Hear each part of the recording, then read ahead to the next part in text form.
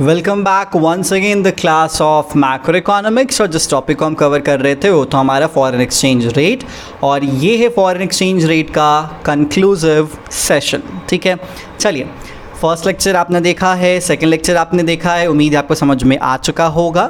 ठीक है, अब हम बात करेंगे फॉरेन एक्सचेंज कुछ मिसलेनियस चीज़ों की जो कि काफ़ी इंटरेस्टिंग में भी हुआ आपके लिए। ठीक है, होप सो। देखिए भाई, हमने दो सिस्टम के बारे में बात करा, एक बात करा फिक्स्ड का और दूसरा बात करा फ्लेक्सिबल का। ठीक है, अब ये तो आपको समझ में आया कि जो फिक्स्ड का अप्रोच कहता है उसमें कोई अथॉरिटी है, सरकार है या सेंट्रल बैंक है, वो एक्सचेंज रेट को फिक्स ही कर देंगे। ठीक है, वो नहीं बदलेगा। ठीक है, जब तक उनको ज़रूरत ना हो दोबारा बदलने की। फ्लेक्सिबल में हर मिनट हर सेकंड बदलता है क्योंकि मार्केट फोर्सेस पर डिपेंड होता है। तो देखो भाई, दोनों चीज़ों में कॉमन है कि जो रेट होगा उसको कभी ऊपर किया जाए कभी नीचे किया जाएगा। ठीक है, तो यहाँ पे दो चीज़ें होती हैं, एक होता है आपका एप्रिसिएशन, इसका अपोजिट हो जाता है डेप्रिसिएशन। ठीक है, फिर उसी के रेफरेंस में एक और चीज़ होती है रीवैल्यूएशन, और एक और चीज़ होती है डीवैल्यूएशन। अब सवाल है कि एप्रिसिएशन क्या है, ये डिप्रिसिएशन क्या है, ये रीवैल्यूएशन क्या है, या ये डीवैल्यूएशन क्या है। देखिएगा ज़रा ध्यान से। ठीक है, अगर मान लेते हैं सपोज दैट $1, देखिएगा यहाँ पे $1 इज़ इक्वल टू 100 रुपीज़ अभी है। क्या है?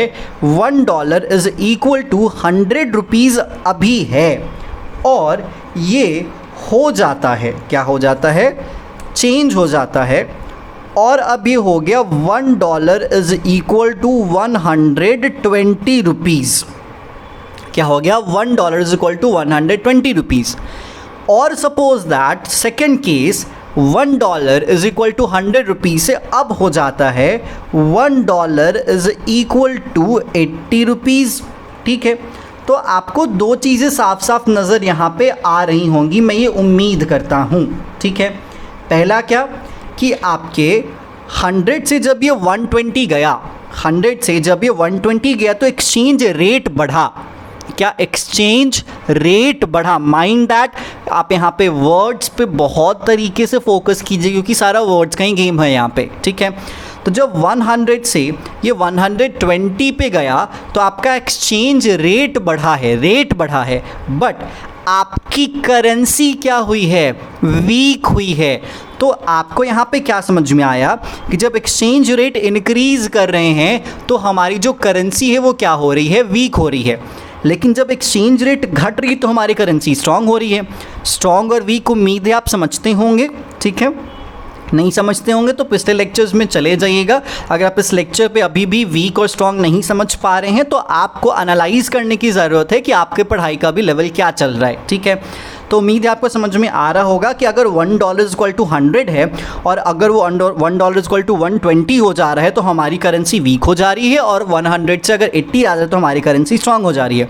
अब ये रिवर्स चलता है, अगर हमारी करेंसी वीक होगी तो उनकी करेंसी क्या हो गई? स्ट्रांग हो गई, और अगर हमारी करेंसी स्ट्रांग हुई तो उनकी करेंसी क्या हो गई? वीक हो गई। तो ये बेसिक सा फंडा है।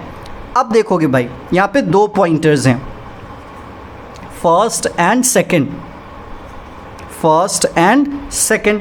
ठीक है, फर्स्ट के केस में अगर आप रेट को देख रहे हो तो क्या हो रहा है? बढ़ रहा है। दूसरे केस में रेट क्या हो रहा है? घट रहा है। अब देखो भाई, आपका फिक्स्ड में भी रेट बदला जाता है और फ्लेक्सिबल में भी रेट बदला जाता है। ठीक है, फंडा क्या यहाँ पे कह रहा है कि $1 100 से $1 120 फिक्स में किया जाता है, फ्लेक्सिबल में हो जाता है। $1 इज़ इक्वल टू 100 से $1 इज़ इक्वल टू 80 फिक्स में किया जाता है, सरकार करती है। ठीक है, लेकिन फ्लेक्सिबल में क्या होता है? हो जाता है। ठीक है, तो बात सिंपल सी हो गई कि हमारी जो करेंसी है उसको फिक्स में वीक भी किया जा सकता है और फिक्स में स्ट्रॉन्ग भी किया जा सकता है। फ्लेक्सिबल में तो वीक हो भी जाती है और स्ट्रॉन्ग हो भी जाती है अपने आप मार्केट फोर्सेस पे, अगर आप देखते हो तो बात साफ साफ हो गई। कंफ्यूज मत होना, सीधा सीधा कह रहा हूँ, फिक्स्ड भी है फ्लेक्सिबल भी है। फ्लेक्सिबल में भी ऊंच नीच होती है और फिक्स में ऊंच नीच की जाती है अपने फ़ायदे के लिए, ठीक है। अब ज़रा समझना कि अगर हमारी करेंसी अगर हमारी currency fix exchange rate system में, फिक्स एक्सचेंज रेट सिस्टम में उसे स्ट्रॉन्ग करवाया जाता है, करवाया जाता है, स्ट्रॉन्ग करवाया जाता है, तो वो रीवैल्यूएशन हो जाता है। तो जो रीवैल्यूएशन है और जो डीवैल्यूएशन है, ये दोनों फिक्स का केस है। और ये जो आपका एप्रिसिएशन है और जो डिप्रिसिएशन है, ये फ्लेक्सिबल का केस है। कहा ना, वर्ड्स का गेम बनता है यहाँ पे। So appreciation is appear in flexible and depreciation is appear in flexible, but revaluation and devaluation is a part of fix exchange rate system. Revaluation में क्या होता है? तो रिवैल्यूएशन में हमारी जो डोमेस्टिक करेंसी होती है वो स्ट्रॉन्ग होती है, ठीक है। और डीवैल्यूएशन में जो हमारी डोमेस्टिक करेंसी होती है उसे क्या किया जाता है? वीक किया जाता है। एप्रिसिएशन में क्या होगा? जो रिवैल्यूएशन में होगा। So under the flexible exchange rate system, appreciation का मतलब क्या कि जो डोमेस्टिक करेंसी है वो क्या हो रही है? स्ट्रॉन्ग हो रही है। क्या हो रही है? स्ट्रॉन्ग हो रही है। लेकिन डिप्रिसिएशन का मतलब क्या? जो डोमेस्टिक करेंसी है वो क्या हो रही है? वीक हो रही है। अब ये स्ट्रॉन्ग कैसे होगी, वीक कैसे होगी, आपको समझ में आया होगा, ठीक है। जैसे एक मिनट देखिएगा, अगर 100 से 120 गया है तो ये क्या हुआ है? स्ट्रॉन्ग हुआ है कि वीक हुआ है? सॉरी, वीक हुआ है, ठीक है। लेकिन $1 से 100 रुपये से $1 इक्वल टू 100 रुपीज़ से अगर 80 पे आया है तो ये क्या हो गया है? स्ट्रॉन्ग हुआ है, ठीक है। तो वीक में आपको क्या देखने को मिलता है? वीक में आपको ये देखने को मिलता है कि जो हमारा एक्सचेंज रेट है वीक के केस में वो क्या हो जाता है? बढ़ जाता है। मतलब जब जब एक्सचेंज रेट इंक्रीज होगा तब तब हमारी करेंसी क्या हो जाएगी? वीक हो जाएगी। लेकिन स्ट्रॉन्ग की बात आती है तो ये स्ट्रॉन्ग कब होगा? जब जब हमारा जो एक्सचेंज रेट होगा ना वो क्या होगा? डिक्रीज़ होगा। समझ में आया क्या? जब जब एक्सचेंज रेट इंक्रीज होगा 100 से 120 जाएगा, वीक हो गया। लेकिन जब जब एक्सचेंज रेट डिक्रीज होगा 100 से 80 आएगा, एक्सचेंज रेट क्या हो गया? डिक्रीज हो गया, हमारी करेंसी क्या हो गई? स्ट्रांग हो गई। तो strong strong, weak weak, strong strong and weak weak. ये स्ट्रॉन्ग कब होगा? ये स्ट्रॉन्ग तब होगा जब एक्सचेंज रेट को क्या किया जाएगा? रिड्यूस किया जाएगा। फिक्स में जाता है, करना पड़ता है आपको, ठीक है। लेकिन अगर हमारे को वीक करना हो तो क्या करना पड़ेगा? अगर हमारी करेंसी को डिवैल्यूएशन में लेके जाना, हमारी करेंसी को डीवैल्यू करना, उसकी वैल्यू घटाना हो तो हमारे को एक्सचेंज रेट क्या करना होगा? बढ़ाना होगा। क्योंकि फिक्स में किया जाता है, मैं बार बार बोल रहा हूँ, सरकार करती है, अथॉरिटी करती है, सेंट्रल बैंक करती है, ठीक है। अब यहीं फ्लेक्सिबल का केस भैया देख लो। अगर एप्रिसिएशन ऑफ करेंसी है, मतलब हमारी डोमेस्टिक करेंसी स्ट्रांग हुई है, मतलब जो एक्सचेंज रेट रहा होगा फॉरेक्स मार्केट में वो घट गया होगा। और अगर डिप्रिसिएशन का केस हुआ होगा, मतलब अगर हमारी करेंसी वीक हुई तो उसके पीछे रीज़न क्या होगा कि भैया जो हमारा एक्सचेंज रेट है ना वो बढ़ गया होगा। समझ में आया? तो उम्मीद है आपको समझ में आया होगा। अगर इसमें रेफरेंस का पॉइंट में थोड़ा सा और जोड़ दूं तो देख लीजिएगा, ये जो 80 रुपीज़ वाला जो है एग्ज़ाम्पल वो एप्रिसिएशन का हो गया, और ये जो 120 रुपीज़ वाला है क्या हो गया? ये डिप्रिसिएशन का हो गया, ठीक है। ये केस आप यहाँ पे भी अप्लाई कर सकते हैं। अगर 80 रुपीज़ तक आपने पहुंचाया है तो ये रिवैल्यूएशन है, और अगर आपने 120 रुपये कर दिए हैं तो क्या हो गया? ये डिवैल्यूएशन है। बस दोनों में अंतर क्या है कि ये हो जाता है मार्केट में और उसको करना पड़ता है कोई सरकार, अथॉरिटी या सेंट्रल गवर्नमेंट। तो इसीलिए ये एप्रिसिएशन, डिप्रिसिएशन और डिवैल्यूएशन और रिवैल्यूएशन, ठीक है। तो याद रख लीजिएगा, रिवैल्यूएशन और एप्रिसिएशन सेम कॉन्सेप्ट है, ठीक है। दोनों के केसेस में आप देख पा रहे होंगे करेंसी स्ट्रांग हो रही है, ठीक है। और जो हमारा डिप्रिसिएशन और डिवैल्यूएशन है दोनों सेम कॉन्सेप्ट है, दोनों केस में हमारी करेंसी वीक हो रही है। बस फ़र्क ये है कि अप्रिसिएशन डिप्रिसिएशन फ्लेक्सिबल का सिस्टम है और इवैल्यूएशन डिवैल्यूएशन फिक्स का सिस्टम है। यही ऊपर ऊपर की बात है कि हमारा अप्रिसिएशन डिप्रिसिएशन रिवैल्यूएशन डिवैल्यूएशन क्या होता है, ठीक है। चलिए इसके बाद अब एक छोटी सी टॉपिक और देख लेते हैं। वो टॉपिक क्या है? तो वो है मैनेज फ्लोटिंग का टॉपिक। क्या है भैया? मैनेज फ्लोटिंग का टॉपिक, ठीक है। अब देखो भाई क्या होता है, समझिएगा। जब जब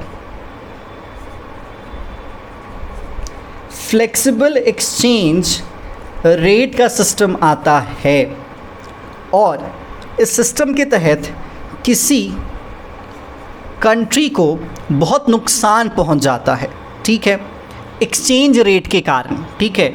तो फ्लेक्सिबल एक्सचेंज सिस्टम में जब किसी कंट्री को कोई भी ज़्यादा सीवियर नुकसान पहुंच जाता है तो उस कंट्री को इजाज़त है एज़ पर इकोनॉमिक और इंटरनेशनल इकोनॉमिक लॉज, अंतर्राष्ट्रीय आर्थिक कानूनों के तहत उस देश की सरकार, उस देश की सेंट्रल गवर्नमेंट को इजाज़त दी जाती है कि फ्लेक्सिबल एक्सचेंज रेट सिस्टम में होते हुए और होने के बावजूद आप करेंसी के एक्सचेंज रेट को चेंज कर सकते हो और उसके बाद से मार्केट पे उसे छोड़ दो कि भाई वो जैसे ऊपर नीचे हो।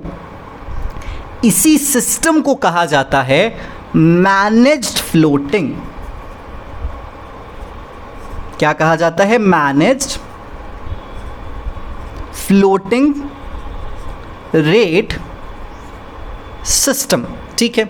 इसको कुछ इस तरीके से समझिएगा, ठीक है।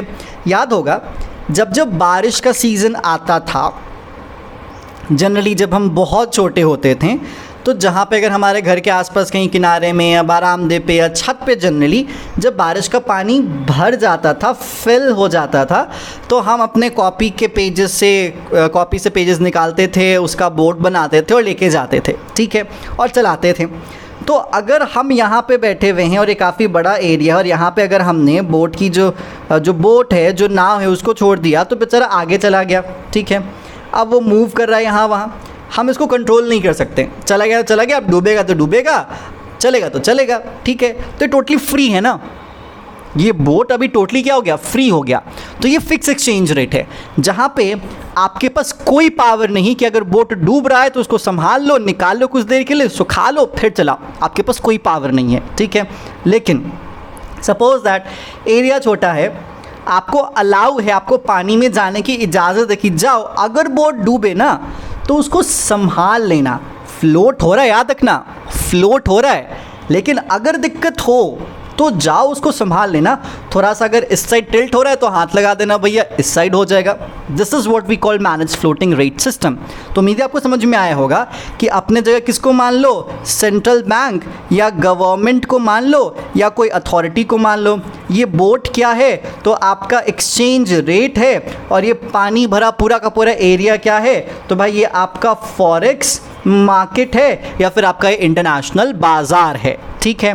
तो ये जो सिस्टम है इसे ही क्या कहा जाता है? Manage floating rate system. Basically अगर आपसे कोई पूछे तो आप क्या कहोगे? तो आप यही कहोगे कि सर जो मैनेज फ्लोटिंग एक्सचेंज सिस्टम है ना, वो मिक्सचर है।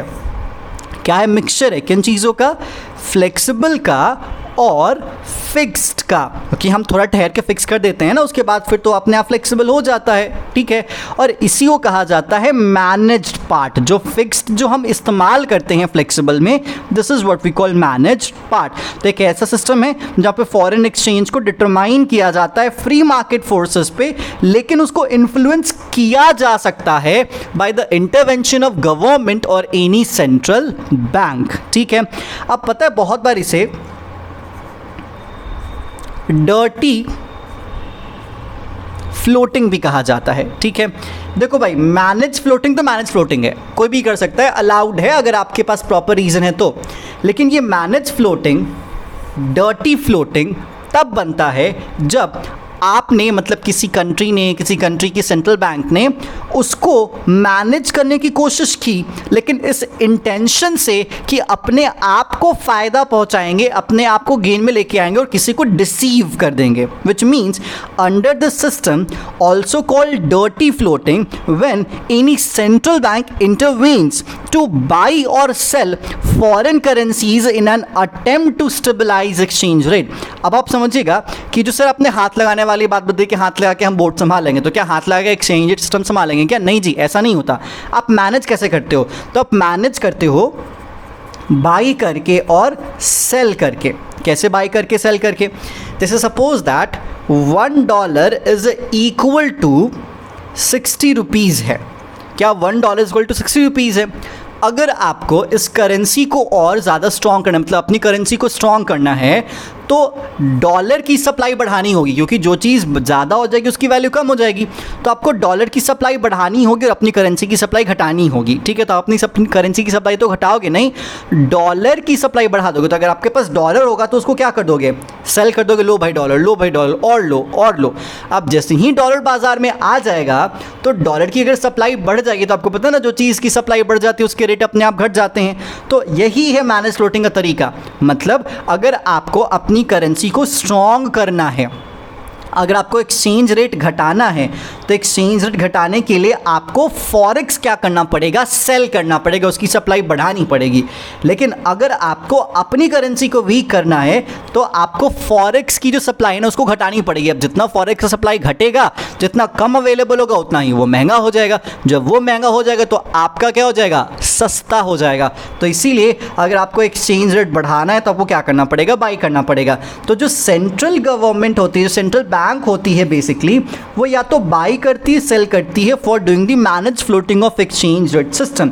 लेकिन अगर उसका ऑब्जेक्टिव, अगर उसके पीछे उसका रीज़न है कि किसी को हम नुकसान पहुंचा रहे हैं, मतलब कोई मलिशियस रीज़न है, तो उसे कहा जाता है डर्टी फ्लोटिंग। और डर्टी फ्लोटिंग याद रख लीजिएगा, अलाउड नहीं है, ये गलत बात है, ये गलत तरीका है। क्लियर क्या? तो ये था आपका पूरा का पूरा फॉरेक्स का कॉन्सेप्ट, फॉरेक्स की कहानी। अब आपके पास पूरा टाइम है, बारीकी से हर एक कॉन्सेप्ट को समझिए। कोई प्रॉब्लम है ज़रूर पूछिए। उम्मीद है आपको समझ में आया होगा, और जो जो कुछ सवाल होंगे, जो आपके सवाल रहे होंगे, जो अनसुलझे होंगे, मैंने उसको सुलझाने की कोशिश ज़रूर की होगी। अगर स्टिल मैं कोशिश में कामयाब नहीं हुआ होऊंगा तो अपने सवाल ज़रूर तैयार रखिएगा, जिन सवालों को आपको पूछना है और मुझे जवाब देना है, तो फिर आपका कॉन्सेप्ट और भी क्रिस्टल क्लियर हो जाएगा। क्लियर? तो तब तक के लिए stay tune, good bye and be safe. Thank you.